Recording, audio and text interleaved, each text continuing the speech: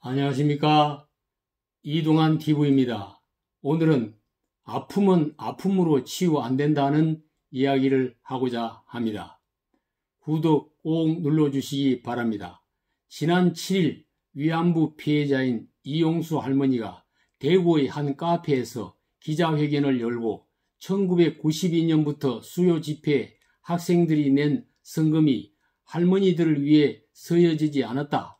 2015년 한일협정 당시 들어온 10억 엔을 어디에 쓰는지 대표만 알고 피해자는 몰랐다. 정부는 왜 피해자들이 죽기 전에 보상과 사죄, 문제 해결을 못하고 있는가? 비례대표 당선인 윤미향 전 정의연 이사장은 국회의원은 하지 말고 이 문제를 해결해야 한다.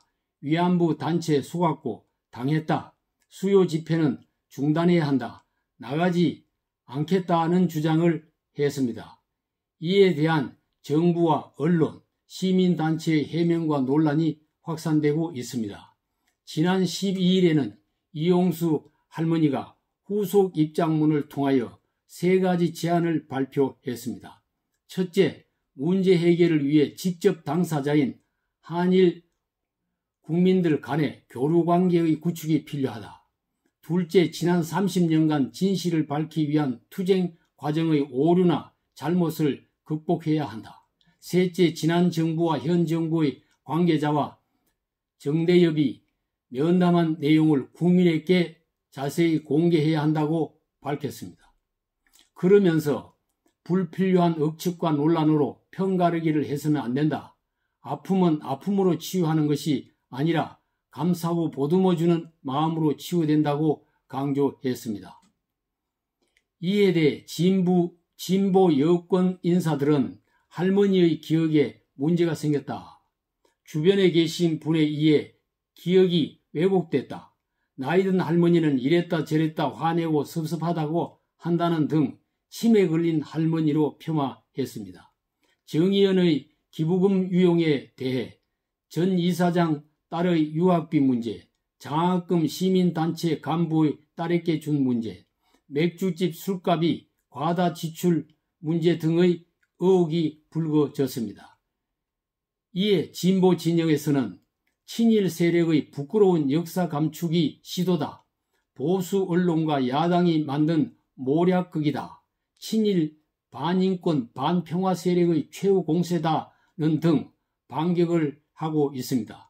친일파 청산과 피해 보상에 관한 논란은 해방 후 계속되어 온 역사적 과제입니다.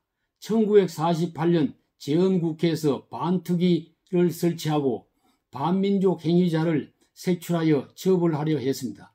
그러나 반민특위가 상권 분립에 위배되고 공산주의를 막는 것이 급하다며 친일파 처벌이 중단되고 연장됐습니다. 1965년 한일 청구권 협정을 하면서 경제개발지원금이 급해서 일본의 불법적 지배와 강제동원 피해 보상을 명확히 하지 못했습니다. 2015년 한일 일본군 위안부 보상 합의를 하면서도 충분한 피해 당사자와 협의하지 않았습니다. 2018년 일본 강제징용 배상 관련 대법원 판결도 일본이 반발하면서 무역 갈등으로까지 비화됐습니다. 지금까지 친일파 청산과 위안부 보상 문제의 해결을 위한 정부와 국민의 노력이 문제의 본질을 떠나 정권 유지를 위한 수단이 되어 왔습니다. 정권이 바뀔 때마다 전 정권 때 이루어진 국내 정책이나 국제 협상을 부정하면서 현 정권의 정당성을 내세우려 했습니다. 정적을 친일파라는 프레임을 덮어 씌워 죽이고 위안부 피해자들을 보호하면서 여론의 지지를 얻으려는 정치적 계산을 했다면 이것은 큰 잘못입니다.